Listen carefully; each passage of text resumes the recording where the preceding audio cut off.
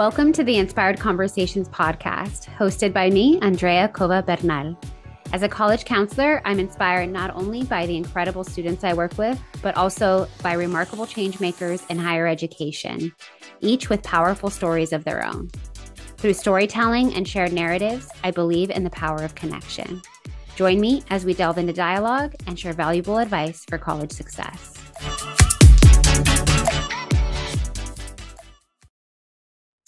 Welcome to the Inspired Conversations podcast. For those of you who are just tuning in, huge welcome to you. If you want to join us live, please definitely, this is the best opportunity to ask questions to all of our guests.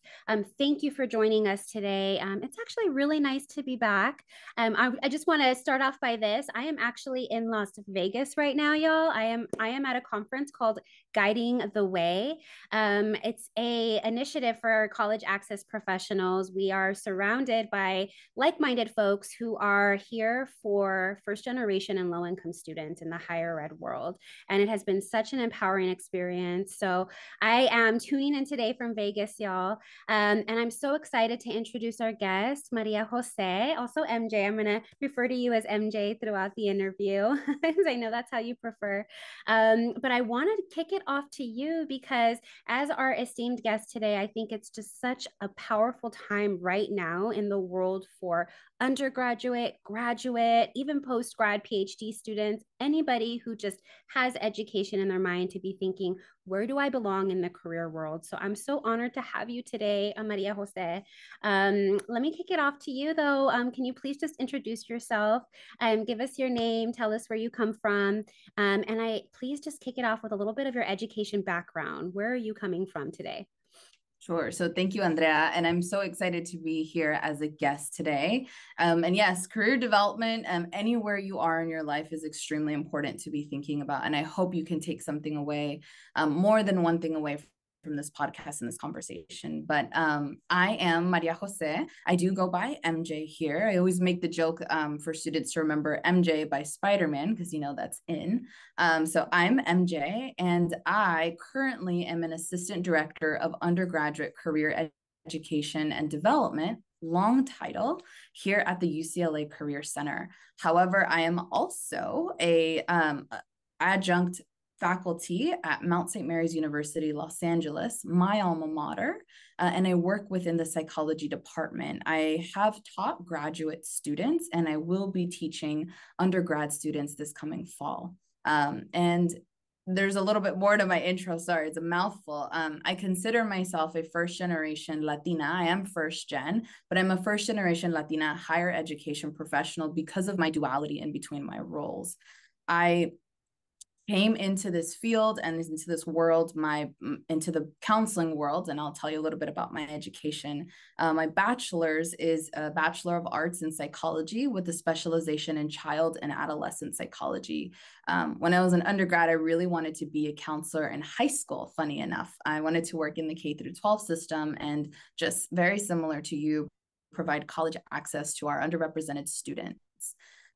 In my graduate program, and I've received my master's, I have a Master of Science in Counseling Psychology.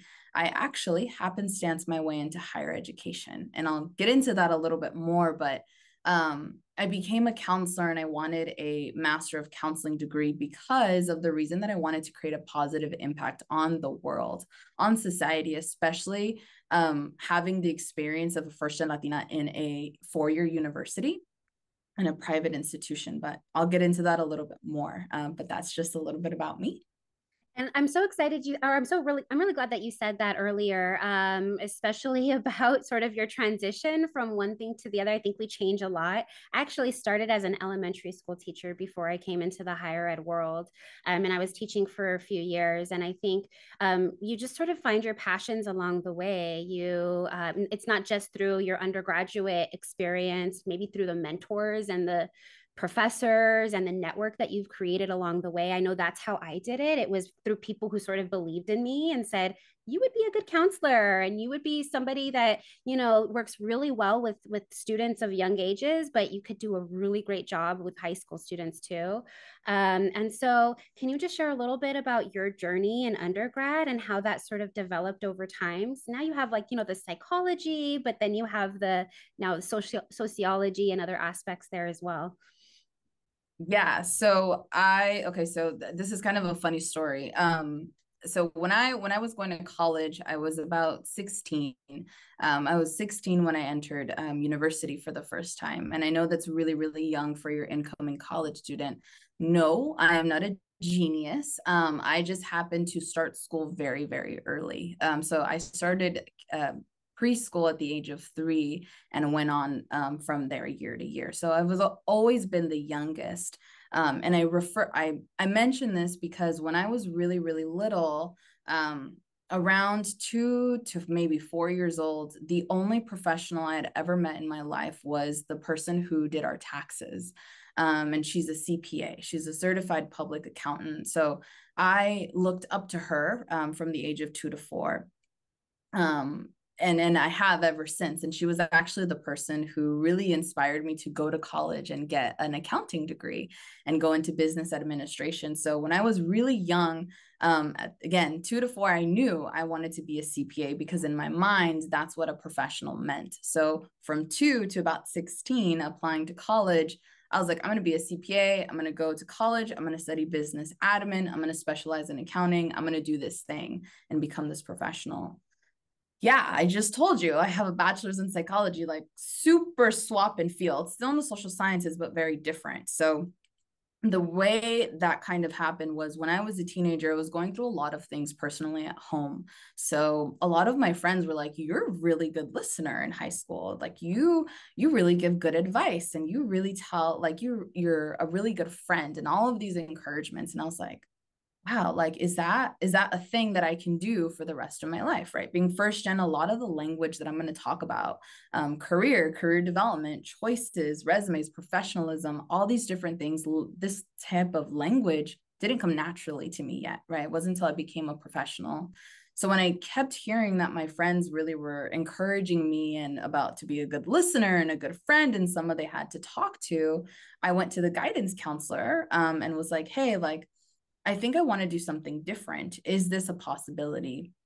I had an amazing high school counselor who was like, I can so see you be a counselor. And I was like, tell me more. Like, what does that mean? Does that mean like what you do? Because I would love to do what you do. Right. And again, this is as I was growing in the education system, this is what I saw. And this was the first person that kind of really supported me. Right. And was like, I can so see you do that. So Mount St. Mary's University was actually the only institution I applied to as a psychology major.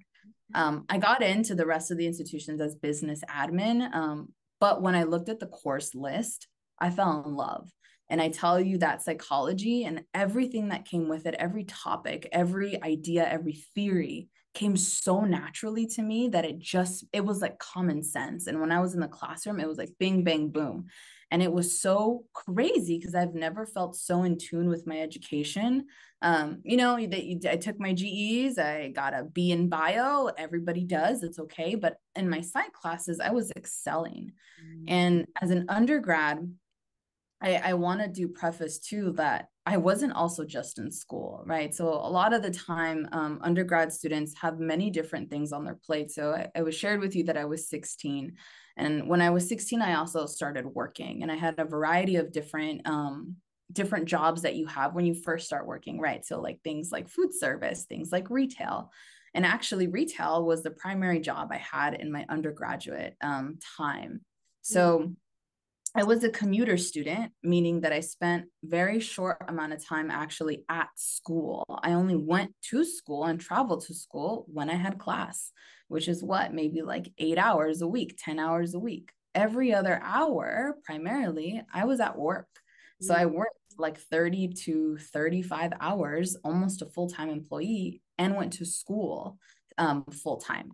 So as an undergrad, it was so interesting, like at such a young age, to be a student and being in an intellectual classroom and being intellectually stimulated all the time and feeling like I'm on my A game, and then going into the real world, right, of work, and then managing different personalities, learning these transferable skills. Right now, again, the language here of career development, transferable skills of communication, teamwork, being a leader, how to work with different type of people, customer service, learning different skills, volunteering for different things. So the duality I had in undergrad, I think really strengthened who I became and how it shaped how I wanted to become a counselor.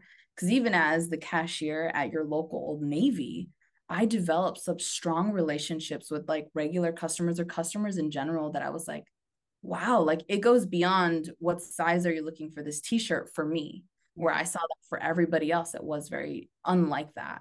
And as an undergrad, I will tell you too, internships, and I do want to talk about this being a career counselor. I will tell you, I just shared with you again this enormous title and privilege that I have to serve other students, but MJ had one internship when she was an undergrad. And guess what? That internship she did not apply for.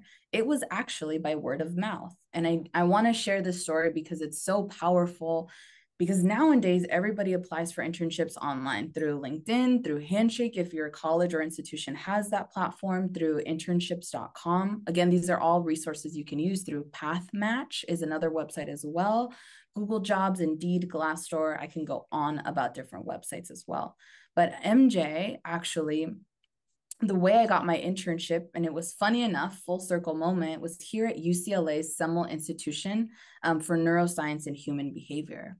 My best friend's mother, and my mom, I will tell you my background. I'm Central American. I'm half Salvadorian, half Guatemalan. I was born here in the US. My mom has been a nanny and a housekeeper for more than 16 years. So I grew up in going to work with my mom, seeing her work really be a hard worker, physical manual labor, and seeing her bosses be professionals. I give you that context because as an undergrad, as a first gen, everybody around you comes from different backgrounds, and you feel like you don't really belong, and you question your identity in this space, and you're like, do I really fit in? I don't really identify with other people in this room. My background's very different. And you start to question a lot of different things. I gave you that context because the reason how I got my internship was my best friend in undergrad, and she's still my best friend now. She's actually an MFT. She's amazing. Her mom is also a housekeeper. And she was actually housekeeping for the researcher here at UCLA who was looking for 2 student interns. And that exactly is how my best friend and I got our first and only internship in our undergrad experience, was because our parents were cleaning the homes of the professionals we were working alongside with. And I tell that story because I grew up with the values of being humble, education came first, school is my only job, religion is very important, right? I'm a daughter of immigrants, and in this country, my family didn't have the same jobs that my friends' parents had. My friends in different SES, right? Different socioeconomic statuses. Whereas this one is really important. And behind this internship is I was a behavioral research assistant, very high title here in academia. But when I tell the story, everybody kind of looks at me a little funny and is like, really? That's how you got this internship? And for me, it's extremely empowering. Like, I have no shame to tell you like where I came from and how I got this, but I did want to share. I know that went a little bit longer than expected, but that's a little bit of my undergrad journey. Oh, and you know what? You said so many important things in that I'm sort of, I wish we could unpack. In fact, I sort of want to. And one of the things is as a college counselor, right? So I'm working with students who are in high school, still exploring their options. I would say 9 times out of 10, MJ, they're thinking that they have one path. I'm going to go in and I'm going to study engineering is a hot one right now. I'm going to study neuroscience, or I'm going to study psychology. And then guess what happens? It changes at least 2 or 3 times. And that's what happened to me. And I don't know if you can't see my face. I know folks who are listening right now, but a lot of the things you said, I just, I'm resonating with, because, as someone who also went through the experience, it was people in my life, professors and classes, that is where I found my spark.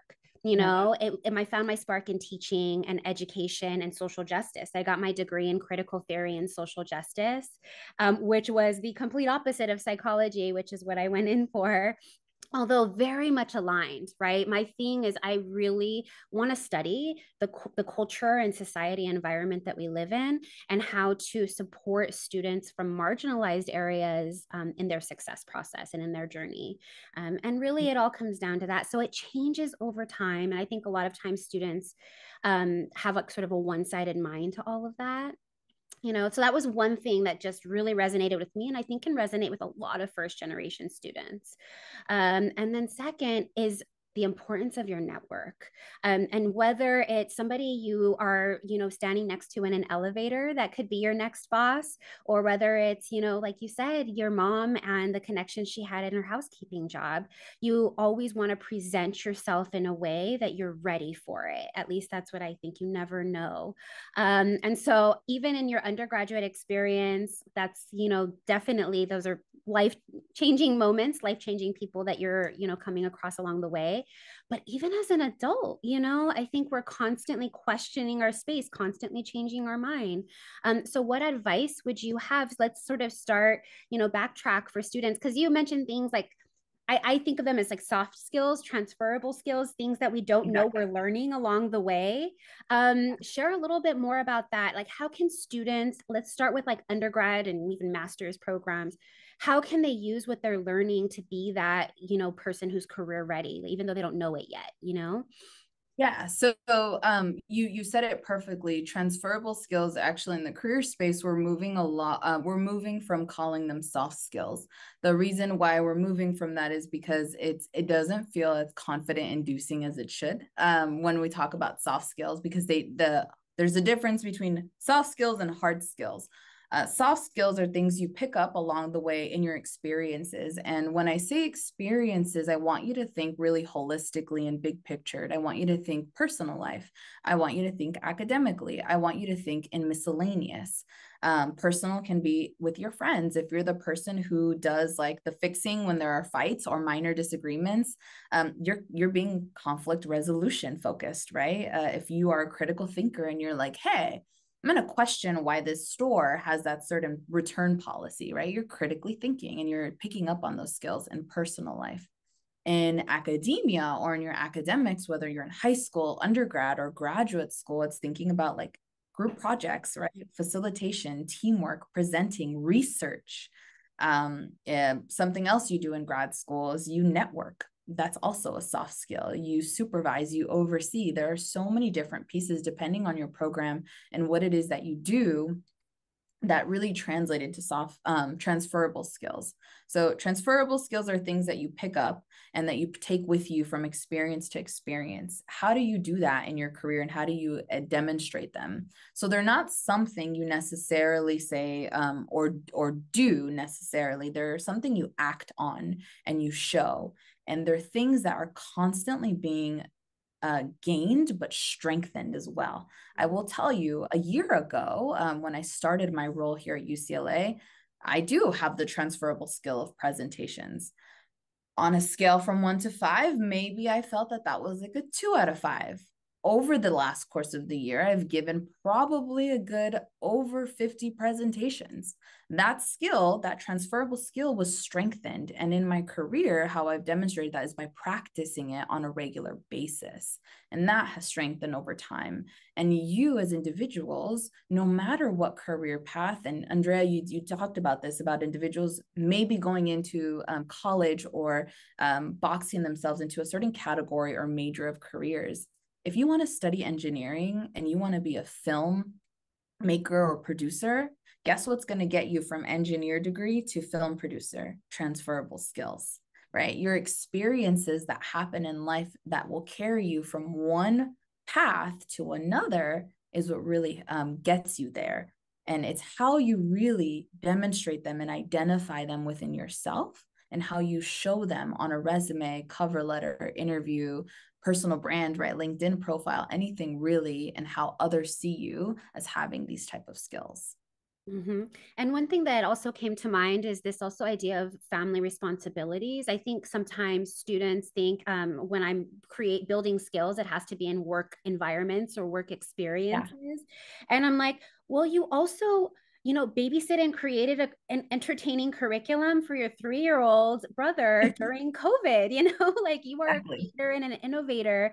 You completely refurbished your phone when it wasn't working because you couldn't afford to buy another one, And so I think sometimes, again, I think it's the encouragement for students, professionals, PhD students, grad students to remember it's life experiences also that can be transferable. Is that right? Is that something? That's absolutely correct.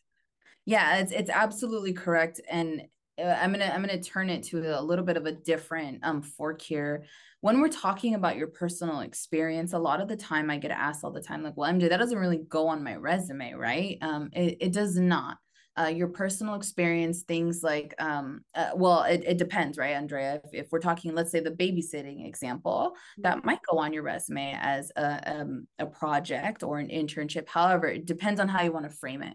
Volunteer.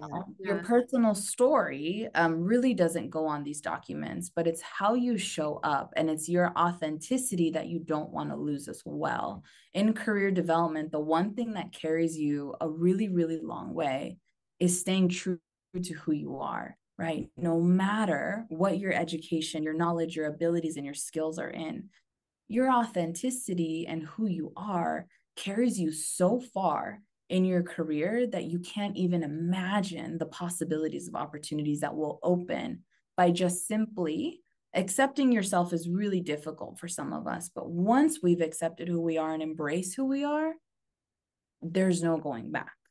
Mm-hmm. Yeah, that's so powerful. And I think one other question that I've received a lot is, and especially as students, and whether you're a PhD student, graduate student, undergrad, a lot of us attend institutions that maybe were not designed for us. I know I attended a PWI, or a predominantly white institution, and I sort of had to navigate a lot of the process, what I thought was on my own. However, there are professionals there like you, MJ, who are on these campuses who want to see folks succeed. And so I think it's very scary for especially FGLI students, first generation low income students, to be brave enough to ask for help. And sometimes and maybe you've seen this a little bit more firsthand, they wait way too long. And so when it comes to careers, it's something that should be building over time. When do you think is the best time, or when should students be working on these things, as students? Do you have any advice for students on sort of pursuing that a little bit more, proactively, let's say? Yeah, I will say, as a career development professional, I do think career development, career readiness itself should be in curriculum, in academic curriculum, from the first time students come to campus. Like in orientation, here at UCLA, we all give presentations on the Career Center. And to answer your question specifically, and then to go a little bit more in depth, when do I think you should be going to the Career Center asking for help? As soon as you get your email and your ID number, right? As soon as you have access to all of these resources, go. I tell my students, last Friday, I did a first year orientation, and I said, hey, you all have access to come to the Career Center right now, yesterday. Please come see us before you start, because guess what? In the fall, when you're trying to navigate classes, when you're trying to figure out your schedule, you're trying to have fun on Thursday night, and you're trying to do all of these student organizations and all these things, career and your career development is going to be pushed back, because you're going to think, oh, I have time in my senior year to figure that out. I have time to look for internships and things like that. And I'm not saying that you shouldn't, seniors and juniors can't come to the Career Center, but the earlier you start thinking and becoming aware of the resources, of the services, of the things that are happening around you, the more feasible these things will start to feel to you, right? So coming in early, especially for transfer students, I always tell them, come see us as soon as possible. Your appointments are unlimited. I love seeing my regulars on a weekly basis. Your career development starts from the moment you come to campus, because guess what? Those individuals that you meet at orientation, that's your first student network. The professionals you meet, your NSAs, your new student orientation leaders, that's your student network. The staff you meet, such as MJ on orientation presentations, the undergraduate student research, the writing center, all of these different people are now in your professional network that you can come and ask for services. the faster you come in and search for these resources, the easier things will start to feel. I will acknowledge it does feel intense and it feels overwhelming, especially as a first generation student. As myself, as an undergrad, I will admit, I didn't go to the Career Center until it was a homework assignment in one of my classes, which is in my sophomore year. When I went to go fix my resume, update, get feedback on it, I was really nervous because I felt like, oh my gosh, somebody's going to judge my experience and tell me that I'm doing it wrong or how should it look. And it feels awkward because I feel as a first gen, nobody's ever guided me in this terminology. This language is so new. Internships, jobs, thinking about career is so mysterious and it's so daunting. And I don't want to do that right now. I just want to take behavioral psych or whatever I was and enjoy whatever I was doing. So the sooner you come into whether it's the Career Center, whatever student services support there is and resources on campus, the more guidance and enlightenment you'll have along your way, and things will feel a little bit lighter as you're going towards them as well. And you're heading towards your end goal at this point in time, which is graduation. Yes. And graduation, and then also sort of the next steps from there, because I know folks who are tuned in right now are in PhD programs, are in graduate programs. So I think in those paths, they are a little bit clearer, right? You know, you're sort of going in for a very specific field, perhaps. But I think there are still some obstacles along the way. So one of the questions we got was, what are some of the obstacles, or how can you overcome some of the obstacles, let's say, in pursuing your career when you're in PhD and you don't have the time and you're in a master's program and you're trying to figure things out? What is some advice that you would give to those folks? What are some obstacles in pursuing the track that you're on track to pursuing? Yeah, okay. Right, exactly. Yeah. So one of the biggest challenges, and I will say this myself because my master's degree says counseling psychology. She was on track to become a counselor. She is a counselor. One of the challenges I think you'll find, and this may not be true for everybody, but it's not like what you imagined. And you have this unrealistic idea, no matter how many information sessions you do. And information session, I want to throw in here a little bit of a definition because we may not know what information sessions are, or informational interviews, I should say, is a formal term. They're interviews that you have with different individuals that you want to gain knowledge from, right? So for example, if you were seeking to learn what it's like to be a career counselor, or you wanted to know what it's like to be a psychology faculty, you can reach out to MJ and say, hey, MJ, I was wondering if you had 20 to 30 minutes to tell me a little bit about what you do, how you got there, what are some skills you use, or any other questions you have. So let me go back. So I gave you the definition of informational interview. I did my job, check. So what are some challenges is your graduate program, or the path you think that will get you from starting your program to the end and pursuing whatever career that is, may not be what it seems. And that means coming in things that are unexpected. So for example, maybe in your program, you didn't know there was going to be a required internship that took 25 hours of your week.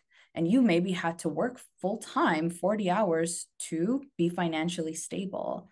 Now there's these challenges that you happen of like, how can I be supported in that area? There may be obstacles and things like the classroom may not look like the individuals you thought they were going to be. Your faculty may not have the experience or may not be researching certain things that you want to research. There are different challenges that you'll find that'll be internal, but also external from the institution as well, that will be hard to navigate. Yeah. And this is where I stress, talk to your advisors, talk to the people who are there to support you, talk to the faculty that may not be your research advisor, but that has been there since day one, the one that encouraged you, maybe the peer that you met at when you were visiting the institution, maybe it's the career counselor that you got really close to. Talk to the individuals around you and don't just seek one person for support. This is something I've learned along the way, is don't just accept one answer. Go to many different individuals and seek as much resources and services and guidance as possible, because from each individual, you're going to learn something different. maybe different responses, but they're going to tell you a different way on how to do it.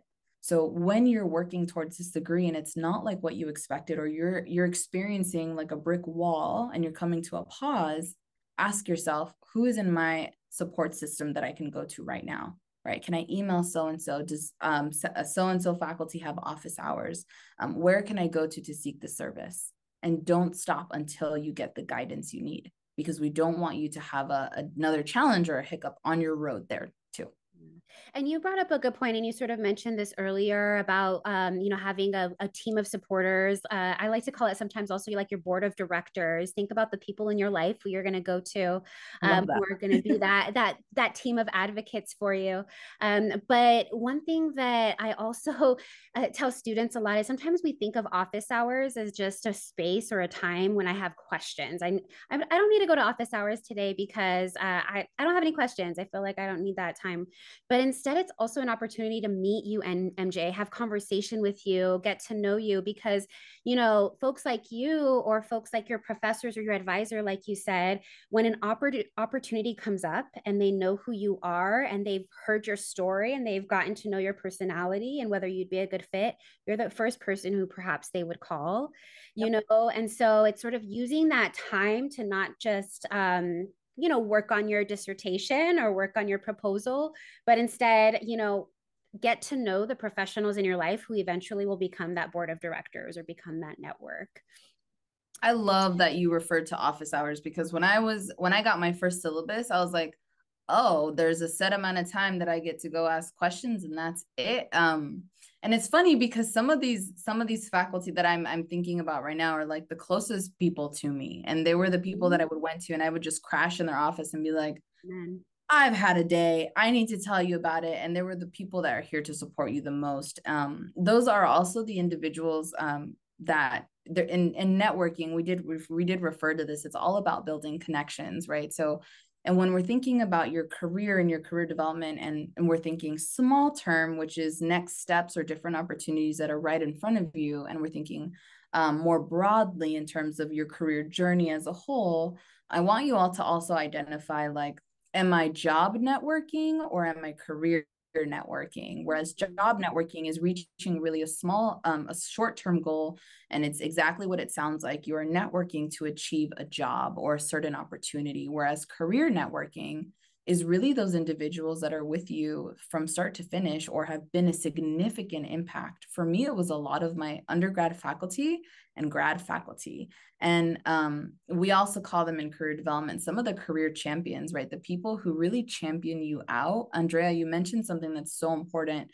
It's not always who you know, but it's who knows you and your story and what you want to do and who you are and your skills and your abilities. I have not yet had a job where I didn't network my way in, or I wasn't championed in. So my job currently at UCLA, I was asked to apply. I was asked, like, MJ, you are going to kick ass doing this job. Please apply, right? And luckily I'm here. For my faculty job, I was called and said, hey, we really want you to continue supporting our students here. Please, like, think about this offer, right? Like, about teaching. So networking is extremely important. And being first generation, networking still frightens me to this day, right? It's not something that we're really taught. It's not something that's really trained or instilled in you as a first gen. It's really unknown territory. And it's something that comes very scary in college because you're seeing everybody's doing it and everybody does it very differently. Some individuals are naturals at it, where they really could just spark up a conversation with the person in front of them. And individuals like myself was like, I'm really shy. I'm just going to go home because I can't do this. I can't do it. I don't know what an elevator pitch is. I don't know how to introduce myself. I don't know how to sell my skills. I don't know really what value I bring to the table. And it took a long time for me to identify what that looks like, right? And that's MJ's first gen experience. And I can imagine, and serving the 10,000 undergrad first gen students here at UCLA, I've heard that so many times. It's this unknown territory. And funny enough, it's actually one of the challenges that first generation college students face a lot of the time. Networking is a significant challenge, and it's also one of the most important things to do in your career development.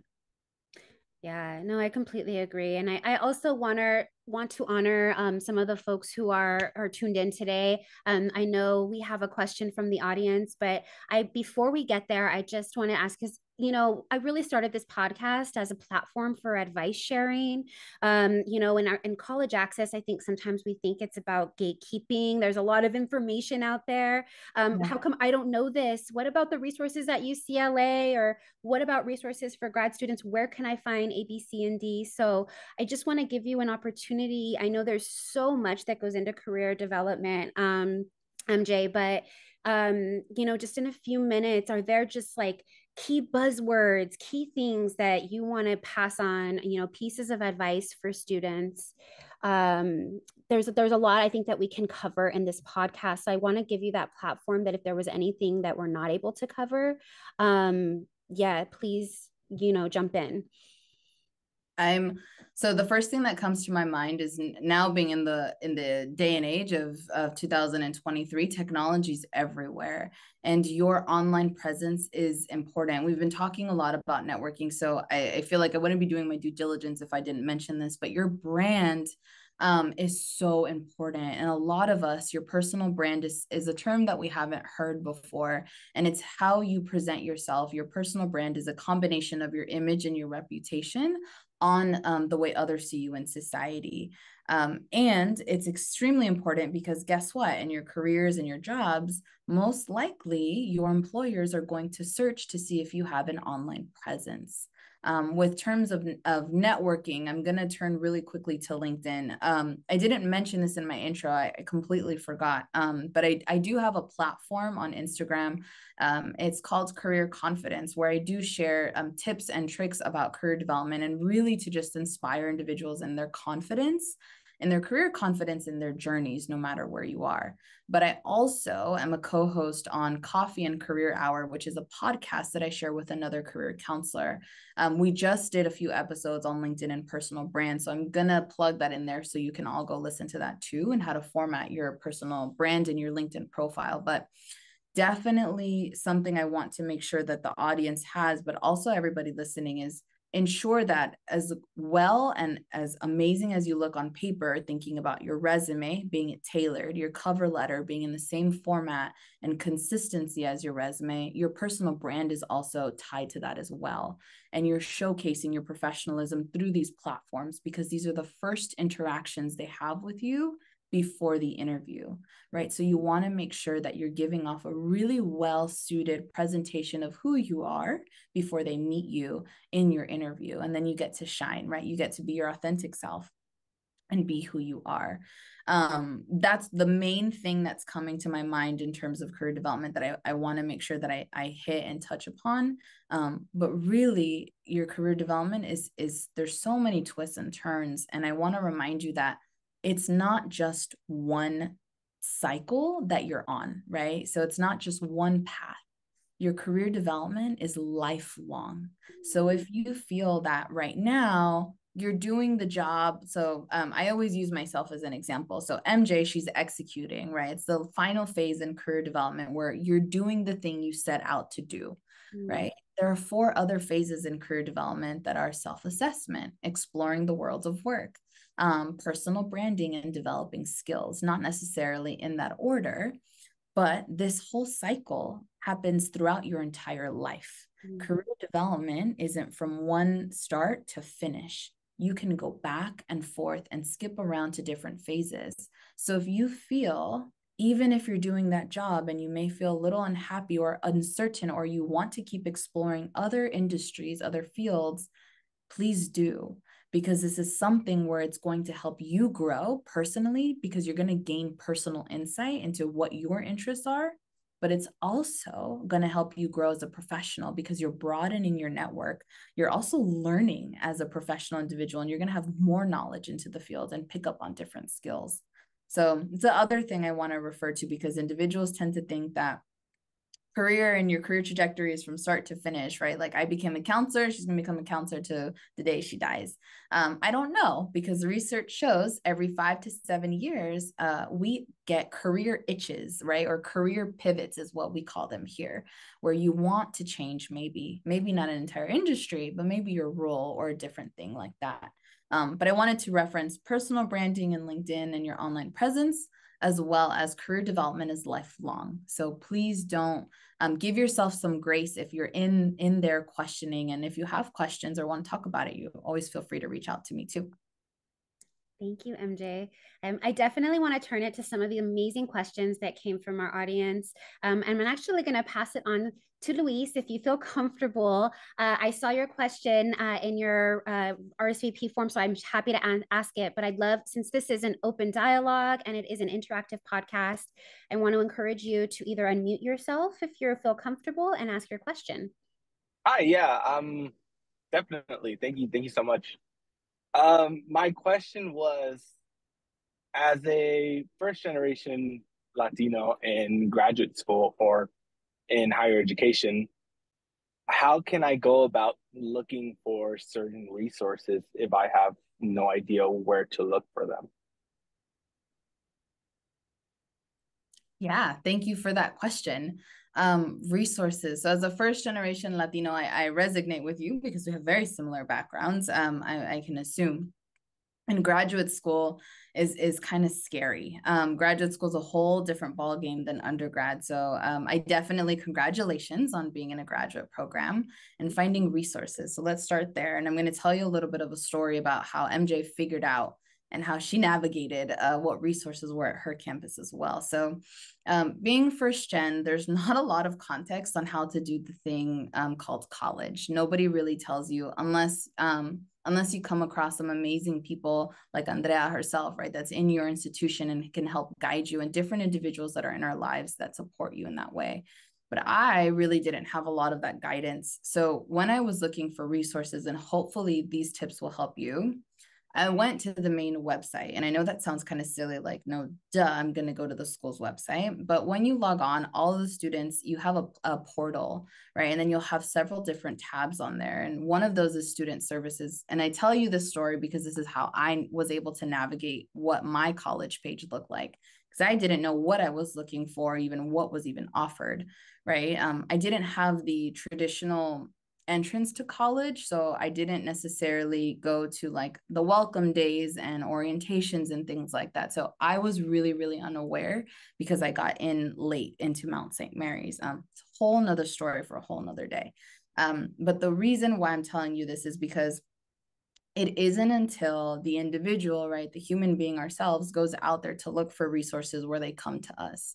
So I encourage you to, as a first generation, it's proven that we're extremely resilient and resourceful. Use that skill to find the different resources on campus. Use that skill to navigate the websites that you have. Use that skill and that encouragement to call financial aid, to call whatever office you have and ask, hey, I'm looking for so-and-so. Would you happen to know where I could find that? Right? I turn to you to say, look on social media. A lot of the time nowadays, us college campuses and institutions, we have social media pages on Instagram, on LinkedIn, where we post so many different resources. Ask peers, ask the people you went to in your first class, ask your faculty. Really don't be afraid to navigate not only the website, but the campus itself. Go into doors and offices that are closed, right? Not like just anybody's office, but you know what I mean, right? Like walk into the Career Center and say, hey, I'm so-and-so student studying this program. Like what? I'm just curious, what services and resources do you have, right? Every institution has a Career Center. Please go visit them. Every institution has student affairs, right? Which is the whole institution's department that's dedicated to student support services, right? If you Google institution name, student support services, a whole list of different things are going to come up. And again, tap into that first generation resourcefulness skill when you're doing this. I hope I answered your question. Oh yeah, definitely. Thank you so much. Thank you for being here, Luis. And I will add one thing along with that. One of my philosophies, and I tell my students this all the time, is, people go to people, not necessarily places, right? There could be a career center that's huge and massive and has all this fancy glitter, right? It looks nice and completely renovated. But now the next task is to find the MJ, find the person within that space who is going to be your ally and your advocate. Because, I would be lying if I said there wouldn't be somebody who might not necessarily be an MJ, might not necessarily give you the time and the attention that you deserve, really, as a student. But there will be somebody in that office who does, and it might take a little bit of bouncing around to find that person. But I assure you, they will be there. And that again will be that board of director, that one person who's going to look out for you when you are looking for that job eventually. So good luck on your journey, Luis. That's really incredible of you. And I know it's a long journey, but a powerful one. And we hope you come back to the community to give back at some point. And so we do have a couple of other questions I want to get to. And one of them came from one of our guests tuned in, and she was really curious about, I think they want to become a counselor themselves. And so, how do you like being a career counselor, and how are you empowered by it? I think they want to sort of get that itch a little. Oh, I love that question. So how do I like being a career counselor? So when I was seeking what type of counselor, right? Because there's not just one type of counselor you can be. There's so many different fields, nooks, crannies that you can really get into with counseling. I wanted, and this has a little bit of a backstory, but when I was an undergrad student, I mentioned to you that I was working full-time and I was going to school full-time. So one time I went to go see a different advisor who was not my typical undergrad advisor. And I wanted to see how I could graduate early, so I can continue on into my studies and finish school a little bit longer, right? Financial cut, right? Institution, less year tuition, all these different things. And I was told I was too ambitious. I was too ambitious, which is shocking for little old me, because I was like, what? Like, I'm being ambitious. And it's because I shared that I was working 33 hours a week and was taking 18 units at a time.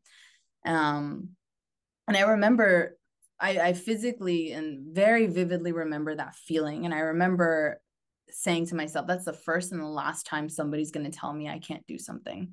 Yes. And that's when I went home that day and was like, I'm going to become a counselor. And I'm going to become the counselor that's going to help individuals. At the time, I didn't know it was college students yet, right? I was, again, a sophomore in my undergrad experience, but I was like, I'm going to help individuals do the thing that they want to do. Fast forward into grad school, I happenstance my way into some internships and grad assistantships in my university. So when I got exposed to actually the Career Center, and I was like, oh my gosh, like this is exactly what I want to do, because I figured out in grad school what I wanted was, yes, I want to help individuals do the thing they want to do. We're better than the place where they're already focused in education, one, but two, they're also navigating the transition from student to the steps after, right? Whatever that looks like for you, whether that you want to continue your education, a grad program, you want to go work full-time, you want to see a new grad internship, whatever steps lie for you after this moment. When I first started, this was it. Why do I, how do I like being a counselor? I love it because I get to see individuals come in with, everybody has a different experience and a different story when they come into, this is literally my office. So when they come in here, they may be very timid and shy, right? Or some may be ready to tell you everything and anything they want to tell you. And some individuals just want a yes or no answer. So I really get to see people come with 1,000,010 questions and say maybe like, MJ, I really don't know how to build my resume and I really want to apply for this job. Like, can we work on it together? And you see them grow from this person who has maybe limited knowledge in a certain area, and I get to teach them these different skills, and their confidence just goes from 0 to 100, and they're so excited and proud, and they're ready to take on anything and everything. So that is what I love most about counseling, is to really see the transition and the transformation happen in the person right in front of your eyes. Sometimes that happens within the session. Sometimes it takes a few sessions to happen, but it's seeing them then take those skills that you taught them and apply them for themselves and see them grow as human beings, and also take it beyond, right, higher education and grow within their own fields and interact and educate other individuals as well. Yeah, that's what I love about being a career counselor. So sorry to interrupt you. I was going to say that's sort of the beauty also of navigating the career world, I think, is making it your own. You know, it's you have a seed that's planted, let it nurture, let it grow from the people around you. But, you know, for those folks who are listening, definitely try and make it your own, make that space something that you want to pass on as a legacy, you know. I truly believe that there's opportunity for that, you know, no matter where you are. Really. And so this is a good sort of follow-up question, but this is also for a very specific population. This is coming from an undocumented student. And I know it's probably a very scary and daunting process. This is also a recent college graduate. This is front of mind, obviously. And their question is, how have you seen California empower undocumented students with degrees to access employment opportunities despite the federal restrictions? It's a loaded question. That is a loaded question, and it's a topic that that here in the career space, it's very sensitive. And the reason that is because there's so much legality around it and so much knowledge and jargon that you really have to be very careful with the information that that you intake, but that you also provide to this population. Luckily, here at the Career Center, we do have a liaison for undocumented students. So I don't necessarily work with that population. I may see those students when they come in for different sessions. But to answer your question, California is really an interesting state because it's extremely supportive of the residents here in this state, and it's really empowering towards that. California has really allowed undocumented individuals to have a little bit more leeway than other parts in the United States, where you can, one of the things we inform our students here as well, when they're looking to go from, you know, recent graduates to what can they do when there are so many challenges and barriers after graduation, right? And they may not necessarily want to go to graduate school, is have the opportunity to own your own business and do your own business here. And it's something that I know you're like, what? Like, you're telling me to do like, I can't just do that, right? I know it sounds very scary and it sounds easier said than done, but it's really one of the things that allows you to be who you are, right? Truly and holistic, but also make it your own. And you really get to be your own boss and figure out all of the ins and outs of what that looks like in a career. Because you're in that unique space where you get to do all of the roles and do these different things. So specifically here in my role, this is one of the ways in which we empower students here, being within California and state universities and seeing students who are undocumented and guiding them within their career. Thank you so much for that. And I think just a follow up to that is, you know, I think it's also really scary to start something new with, you know, exposing yourself, especially as an undocumented student. Are there any sort of changes in the pipeline that you see? This is one of the follow up questions that they had, that to legislation, to like the federal, and in your world, are there any sort of things they should know about that is through the pipeline, especially if they don't have DACA? So that's another thing. If a student does not have DACA, you know, is there any possibility in the future for some things to be reversed or changed at this point? We do see that there are slow changes happening. And again, they're slow. They're not fast enough as they should be. But it's really difficult because it's out of our hands, right? We want to be able to support as much as we can and give you the guidance we can, but unfortunately, like within this process, it's out of our hands. There is slow change moving forward, and you're absolutely right. Without DACA, so many more challenges really arise, and the complications just become endless. But thankfully, we're in a state who really supports this population and empowers them and really does create opportunities for them in this way. So we're seeing slow change, and trust me, we are all here advocating for it. There's not one person in this career center that doesn't advocate for all student populations, especially the ones needing more support than others, specifically referring to the undocumented students. Yes, thank you for saying that. And I think I mentioned this at the top of the hour. I'm at a conference called Guiding the Way to Inclusion, which is all about supporting FGLI students in higher ed. But one of the sessions I went to today was about undocumented students. And they reminded me also, you know, career is definitely a path after your undergraduate career, but so is that, you know, PhD program or fellowship program. And there are a lot of colleges out there. I can generate a list and put it in resources afterwards of colleges who have free opportunities, scholarships, you know, different programs that are welcoming and open. And I think UCLA might be one of them, if I'm not mistaken. Yeah, for graduate studies. And so I encourage you. In fact, one of my students actually, what am I saying, just got accepted to a PhD program at UCLA. And so I think it's just, you know, empower yourself in other ways too, so that you can just keep building that network. Right? Yeah, exactly. And I this is again where it's one of those spaces where networking, it feels like it's the main theme here, but really reach out to other individuals in the spaces that you want to also be into, because you never know who you're going to meet and may have similar backgrounds to you.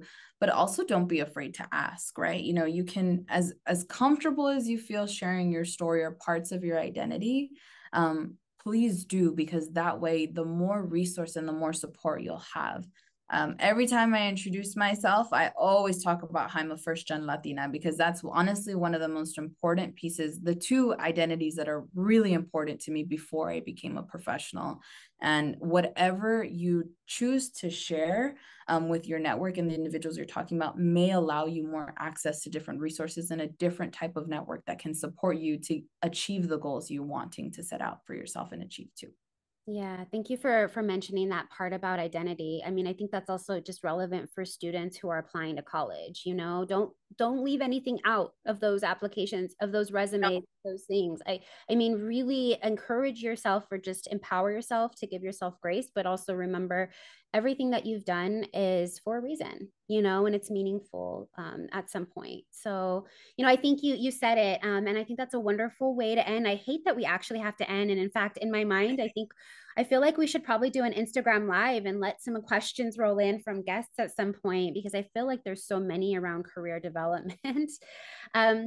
I do want to give a huge shout out to you, MJ. You know, please go listen to her podcast. Again, that's her Instagram page is Career Confidence. And then it's, remind me, your career and coffee, right? Your podcast? Coffee and Career Hour podcast. Coffee and Career Hour podcast.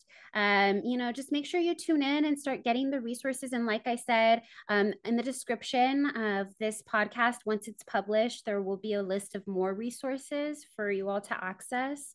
And I think some of the three big things that I think we talked a lot about today was, you know, your network is your net worth. I say it all the time. That's sort of one of the quotes that gets passed around a lot. And I think in our world, you know, make sure you are connecting with all of the people in that world. And also your brand matters. You know, that's really important, how you showcase yourself to others and, you know, truly exemplify who you are going to be in that workspace. And then the last thing I think is just be open to change. You know, just, it's not that one straight line. It's a completely, you know, off-centered line. There's a lot of things that go on in that journey. And so be open to that and have the open mind. And kicking it off to you, MJ, because I really would love for you to end this podcast, is are there any other last highlights that you think are just really important for folks to know today? No matter where you are in your journey, remember that you belong. Please remind yourself that you belong, no matter what it took to get there. You earned your spot to get there. Another thing is, don't be afraid to ask for help. And again, easier said than done, because you never know if MJ is going to be the person you're going to ask for help, and she's going to offer you unlimited access to her and everything she has, right? So please don't be afraid to ask for help, advice, guidance, and go to different people for it as well. You are someone who's resourceful. Please remind yourself of that as well. So again, from you belong in this space, is you are resourceful, and don't forget that you have skills that will allow you to open up doors for yourself as well. So no matter how big and small your network is, that you yourself have got you to that space, and you yourself will also get you to the next opportunity. And that goes along with making sure you're recognizing what skills, knowledge, and abilities you have and how you fit into this workspace, because each and every one of us, there's a seat at the table. The seat may look a little different, but guess what? It was molded just for you. I love that. That's such a powerful way. Oh my gosh, I feel like I just need to write down all these little tidbits of MJ advice, which truly was. I mean, it was an honor for our guests who tuned in today. Thank you for just being here and taking this time for yourself. You know, I think obviously this journey is never easy, but taking your time to find networks in your world. You've just met 2 more people today who you're more than welcome to add to your board of directors. But for those folks who are tuning in, just a friendly reminder that this is an interactive podcast that takes place most Tuesdays through the summer. I'll be doing more interviews just like this all the way up until September. I've got a contributing author coming up. I have a DEI, diversity, equity, and inclusion officer joining the ranks. So I think we have a lot of great interviews coming up. So I just want to throw it out there that if you are still curious about this journey and have questions, please tune into the podcast when you can. And MJ, thank you so much for your time, for your energy. Like I said, I feel like this isn't going to be the last time that we have one of these, because there's so much still to talk about. But thank you so much. And I wish you all a wonderful rest of your summer, of your evening, and enjoy. Thank you so much. Thank you. Thank you for tuning in to this inspired conversation, where I interviewed a change maker in higher education. If you enjoyed today's episode, please like, subscribe, and rate the podcast. If you do, you'll get an update once a new powerful story is posted. And more importantly, you'll help spread the word about some of the advice and tips we've given to students. For a list of resources shared in today's episode, read the description attached. One of my favorite things about this interactive podcast is that it's recorded live. So if you have questions for our guest presenters, you can tune in as well. For a list of upcoming live podcasts, follow Inspired Conversations Pod on Instagram and click the link in my bio. If you are tuning in today and have questions about college applications, college success, or financial aid, email me at counselorcova@gmail.com. Again, that's counselorcova@gmail.com. Know that you're not alone. I've been a college access and success counselor for many years, and I got your back. Remember, your success is your community's success, and you got this. I'll see you next time.